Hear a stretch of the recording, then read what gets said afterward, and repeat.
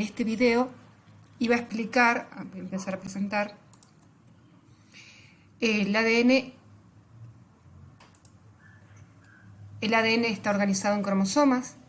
Cada cromosoma en interfase es la molécula de ADN lineal, que en humanos hay 46 cromosomas, 23 provenientes del padre y 23 provenientes de la madre, ya lo vamos a ver cuando veamos cariotipo. Cada célula posee 22 pares de cromosomas homólogos y un par sexual, dentro de los 46 cromosomas que tenemos.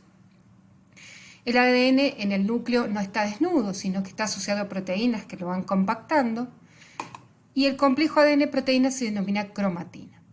Las proteínas que se unen al ADN se clasifican en histonas y no histonas. Las histonas son responsables del primer y más básico nivel de empaquetamiento del ADN. Pero estos son los temas que vamos a ver, ¿sí? Entonces, recordemos un poco, en el video anterior yo les había dicho que las células eucariotas tenían este núcleo con esa envoltura nuclear muy especializada, con los poros muy especializados, y vimos cómo entraban y salían moléculas de un lado hacia el otro, que era una actividad bastante controlada si las moléculas son grandes. Y si nosotros miramos la estructura en una microscopía electrónica de cualquier célula eucariota del núcleo, podemos ver zonas más condensadas que se llama heterocromatina y zonas menos condensadas que se llama eucromatina. ¿Sí? Bueno, la envoltura nuclear y todo eso no voy a volver a repetirlo, pero bueno, vamos a hablar un poco del nucleolo y el centro de organizador nuclear. Entonces, como base que les tiene que quedar, tenemos la cromatina, es ADN, el ADN que está dentro de ese núcleo, más proteínas que son histonas, que ahora les va a quedar bien en claro qué son las histonas, y las no histónicas, que son las otras proteínas necesarias para todas las funciones del núcleo. Y que los cromosomas es el ADN con mayor grado de compactación o condensación. Esos son los cromosomas. Que los cromosomas se forman, es decir, se forma ese mayor grado de condensación del ADN para la mitosis, ¿sí? Entonces, una célula que está en interfase es la célula eucariota normal, no sé si llamarle normal o no normal, sino es la célula que está en sus funciones como célula eucariota, y cuando se va a dividir entra en mitosis. Entonces pasa de la interfase a la mitosis, ¿sí? Entonces en la interfase tenemos la cromatina y en la mitosis tenemos los cromosomas. Así es como se encuentra el ADN en cada una de las fases. Después van a tener un teórico específico de mitosis y meiosis y les va a quedar más claro, ya con todo este antecedente de saber qué es la cromatina y los cromosomas. Entonces dijimos que la cromatina se podía dividir en heterocromatina y eucromatina, ¿sí? ¿Cuáles son los conceptos? Son dos niveles de empaquetamiento estructural de la cromatina durante la interfase, ¿sí? Ya dijimos que la interfase son aquellas células que no están en mitosis. Entonces, piensen ustedes que la molécula de ADN es muy grande, es una molécula muy larga y que tiene que entrar en ese núcleo celular, es decir, que tiene que tener un grado de empaquetamiento que le permita entrar en el núcleo. Entonces, la heterocromatina es la parte de la cromatina que está más condensada y que resiste la transcripción, es decir, la zona del DNA que no va a transcribir en esa célula eucariota va a estar altamente condensada, una para ocupar menos lugar y otra para que el resto de la cromatina que sí tiene que transcribir pueda tener mayor regulación. Entonces la heterocromatina es la zona más condensada dentro del núcleo. Y después tenemos la eucromatina, que es la menos condensada y que es la zona que transcribe, ¿sí? Es la zona que está en situación transcripcional. Dentro de la heterocromatina, que dijimos que era la zona más condensada, tenemos la constitutiva, que es la que siempre en esa célula eucariota en cuestión que estemos hablando va a estar condensada. Contiene pocos genes necesario que transcriben y traducen a proteínas necesarios para la vida en general de la célula, sino que está formado principalmente por secuencias repetitivas localizadas en grandes regiones, que son los centrómeros y los terómeros. En general, se dicen que son regulatorios, tienen su función, que no vienen al caso. Pero bueno, tenemos la heterocromatina constitutiva, que es aquella cromatina bien compacta y que corresponde a los centrómeros y los terómeros y está siempre compactada. Y después tenemos la heterocromatina facultativa, que está compuesta por regiones que pueden descompactarse o descondensarse en algún momento de la vida de la célula y permitir la transcripción, ¿sí? Si nosotros pensamos en un organismo pluricelular, como el humano, por decir un ejemplo, una célula del hígado, por ejemplo, cumple diferentes funciones que una neurona. Si bien genéticamente es igual, es idéntica, tiene los mismos cromosomas y la misma información genética, va a tener distinto tipo de eucromatina y heterocromatina facultativa, porque va a depender de qué genes tiene que expresar para la función que cumple. Bien. Entonces, aprendamos cómo se compacta el ADN dentro de ese núcleo, ¿sí? El nucleosoma es la unidad fundamental de la cromatina. Estamos viendo cómo se va a compactar el ADN dentro de ese núcleo. La unidad estructural básica o la unidad más chiquita de compactación se llama nucleosoma, ¿sí? Que lo tenemos representado acá. Este es un nucleosoma. Esta tirita marrón acá que se enrolla en esta estructura cilíndrica que son las proteínas, las histonas, es la representación de un nucleosoma. Entonces el nucleosoma está compuesto de una parte central, ese core que le llaman, ese core central, y una región de unión o internucleosomar con proteínas adyacentes, ¿sí? Entonces, este es un nucleosoma, este es otro nucleosoma y este es otro nucleosoma. Fíjense, tiene 11 nanómetros este filamento. Esta figura la saqué, no hace falta que vayan a este sitio web, sino que les pongo de dónde saqué esta figura para explicarles mejor a las figuras, en paralelo a las figuras que están en el libro. Entonces, ese core es una estructura compuesta por segmentos de ADN que son 146 pares de base, es decir, si volvemos al anterior, acá tenemos 146 pares de bases, enrollado 1.7 veces alrededor de ese octámeros de proteínas. Entonces, lo que estamos hablando ahora es de este core que tiene el ADN, que es 167 pares de bases, que se va a enrollar 1.7 veces, es decir, no llega hasta a 2 veces enrollarse el DNA en ese core central. Ese core central que tiene proteínas denominadas histonas, que forma un octámero, alrededor de un octámero de proteínas formados por 2 copias de cada una de las histonas. Tenemos la histona 3, la histona 4, la histona 2A y la histona 2B, ¿sí? Estas histonas son proteínas pequeñas. Si van a cumplir la función del enrollamiento del DNA, son proteínas pequeñas. Son básicas y muy conservadas en la evolución, ¿sí? Es necesario que sean básicas.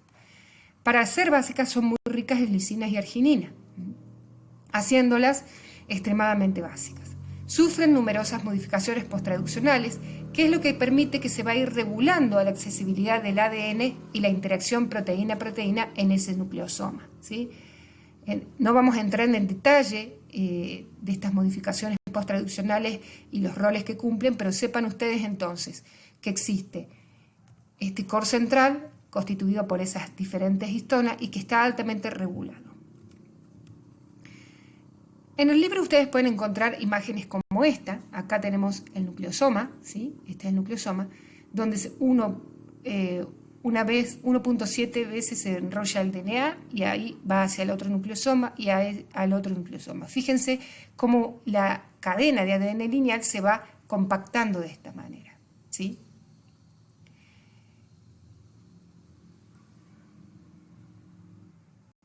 Bien, las histonas. habíamos dicho que ese core central o ese octámero está formado por el ADN, que eran 156 pares de base, y las distintas histonas. 2 histonas de H2A, 2 histonas de H2B, 2 histonas de H3 y 2 histonas H4, ¿sí? Histona 4, histona 3, histona 2B, histona 2A. Eso forman el core central. Es un poco lo que dije antes, pero es así como lo muestra el libro. Y esta es una micrografía electrónica de este rosario que le suelen llamar, de cómo el ADN se va compartiendo en cada uno de estos nucleosomas. Acá tenemos más micrografía electrónica, porque esos nucleosomas a su vez se van súper enrollando, como si fuera esta estructura acá, y cada vez va quedando más compacto. Fíjense ustedes, acá tenemos un nucleosoma, se va súper enrollando esos nucleosomas, en donde hay secuencias específicas de DNA que se unen a proteínas que van ayudando a ese compactamiento. Y viene la histona 1, que viene a cumplir el rol de participar en la regulación de esa compactación. Fíjense que acá tenemos un nucleosoma y cómo la histona 1 ayuda a la compactación de esa histona y a la mantención de esa histona en correcta forma. Entonces, en resumen, tenemos formación de la unidad básica, ese nucleosoma. El primer paso consiste en la unión de ADN al tetrámero de las histonas H3 y H4, 2 de cada una de ellas. Perdón, tuve que pausarlo un rato porque los perros ladraban, cuestiones de la virtualidad. Entonces estaba que el primer paso consiste en la unión del ADN a ese tetrámero de histonas, que primero van a ser la H3 y H4 por 2, por eso tetrámero, para formar una partícula que es un subnucleosoma. Esto es seguido por la adición de 2 dímeros de la H2A y la H2B. Y esto tiene como resultado la formación del core central, ¿sí? De esos 146 pares de bases del ADN, enrollado alrededor de ese octámero de histona. Entonces, para formar el nucleosoma. Las histonas de nueva síntesis sufren una serie de modificaciones posttraduccionales específicas que no íbamos a entrar en detalles, pero para que ustedes sepan que esto está regulado. El siguiente paso es la maduración, que requiere de ATP para establecer un patrón regular de espacio entre los distintos core para dar lugar al núcleo filamento, que ya es un grado de compactación mayor. Y durante este paso las histonas de nueva incorporación son desacetiladas. A continuación, la incorporación de la histona de unión acompaña al plegado del nucleosoma para dar lugar a esta fibra de 30 nanómetros, estructura que permanece por caracterizar, ¿sí? No se ha caracterizado del todo. Finalmente, los sucesivos plegamientos tienen como consecuencia un nivel de organización complejo y la formación de dominios específicos en el núcleo. En cada uno de esos pasos descritos anteriormente, la modificación de los componentes básicos y la actividad de diversos factores de estimulación implicados en el proceso de ensamblaje tiene como resultado la modificación en la composición de la actividad de la cromatina, ¿sí? A ver si la cromatina está compacta en heterocromatina y a veces pasa a eucromatina para empezar a transcribir a proteínas. Un poco la síntesis de lo que hemos estado viendo en las diapositivas anteriores. Entonces, fíjense acá que tenemos ahora el superenrollamiento de 30 nanómetros, ¿sí? Que a su vez esa fibra de 30 nanómetros se sigue superenrollando como si fuera un gusanito que va compactándose cada vez más, formando esos loops, que se llaman en inglés, o esos rulos, que cada vez se va compactando más, ¿sí? Entonces las histonas modifican enzimas de cromatina remodelando los complejos. A veces hay zonas de estos que tiene que transcribir, o zonas de altos niveles de expresión génica, hace que se descompacte en la zona requerida, donde está el gen requerido, y ahí está más abierto para que las enzimas puedan transcribir y después traducir, o la replicación misma del DNA. Entonces, si nosotros miramos al microscopio con una atención específica, ese enrollamiento del DNA se puede ver de esta forma, es decir, esos loops con esa fibra de 30 nanómetros que por ahí se descompacta para que pueda transcribir ese DNA, y es las fibrillas que nosotros vemos acá. Y a eso le llaman cromosoma plumulados, ¿sí? Es simplemente para que sepan que estructuralmente pueden encontrar esto cuando miran al microscopio. Fíjense que acá tenemos 20 micrómetros y que esa estructura está en alta transcripción. Entonces, ya sabemos que hay una gran compactación del ADN para que entre ese núcleo. El ADN debe ser accesible muy rápidamente para permitir su interacción con las maquinarias proteicas que regulan a las funciones de la cromatina, lo que yo les contaba anteriormente, estas zonas, ¿sí? Estas zonas, capaz que está súper enrollado en un momento y en otro momento necesita que llegue a estar desenrollado de esta manera para poder transcribir en uno u otro momento de la célula. Entonces, eso hace que entonces el ADN tiene que estar accesible muy rápidamente para permitir la interacción con las maquinarias proteicas. ¿Para qué? Para la replicación, para la reparación si es necesario y para la recombinación en el caso de que la célula vaya a entrar en mitosis. Entonces hablemos un poquito qué pasa con el DNA en la mitosis. A pesar de que van a tener un teórico que hable de mitosis específicamente, vamos viendo qué le pasa al DNA. Nosotros tenemos los cromosomas en interfase, que tenemos la región centromérica, ¿sí?, y los telómeros. Después tenemos el origen de replicación, que eso son cosas que van a ir viendo en otros teóricos. Habíamos dicho que tenemos los pares homólogos, el cromosoma que proviene del padre y el cromosoma que proviene de la madre. Cuando la célula está en interfase aún, pero está por entrar en mitosis, el ADN, ¿qué hace? Necesitamos 2 copias, porque vamos a tener de una célula madre 2 células hijas. Entonces comienza la replicación del ADN, donde vamos a tener ahora sí 2 copias de cada cromosoma homólogo. Entonces, cuando entra en mitosis, empieza la alta compactación del ADN, donde ahora sí hablamos de cromosomas. Entonces acá estamos con un cromosomas en interfase, y estos son los cromosomas altamente compactados en mitosis, ¿sí? O sea que hay un súper enrollamiento mucho mayor del que veníamos hablando hasta ahora. Y luego, si la célula, cuando ya se dividió, pasa a interfase, tiene 2 juegos de cromosomas que después de la citocinesis se forman las 2 células hijas.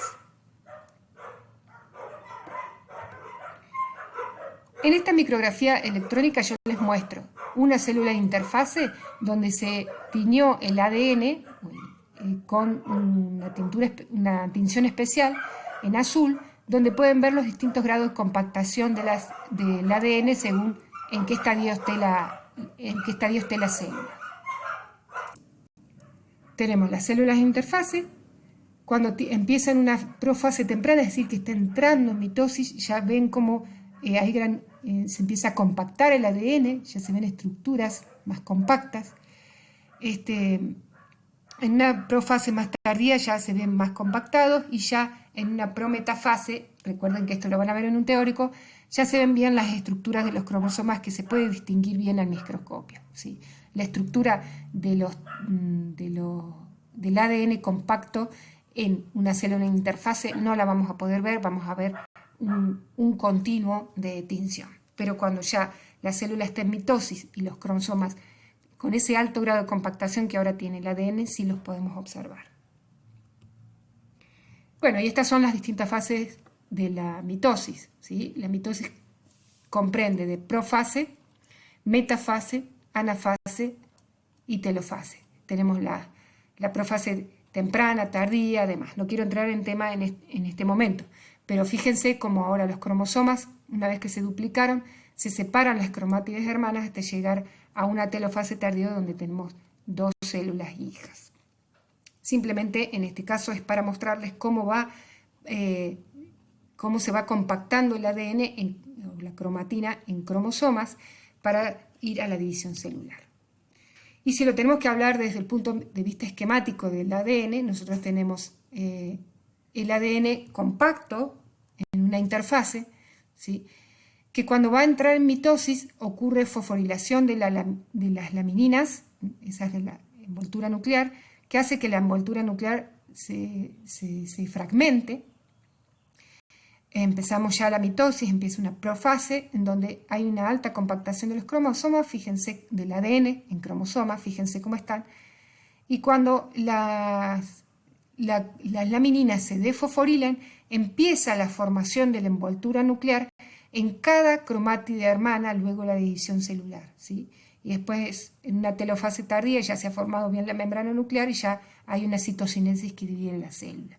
Simplemente acá es para que ustedes vean que acá tenemos el ADN compacto, como lo vimos anteriormente, pero se sigue compactando hasta llegar a los cromosomas cuando la célula entra en mitosis y se vuelve a descondensar en una telofase tardía, donde ya se ha formado nuevamente el núcleo y tenemos esta situación, ¿sí? Acá tenemos entonces un esquema de un cromosoma, donde tenemos las cromátides hermanas. Este es un cromosoma que ya se ha duplicado, para que va a entrar en mitosis, por eso tiene esta estructura típica de I, si no es una sola de las cromátides hermanas.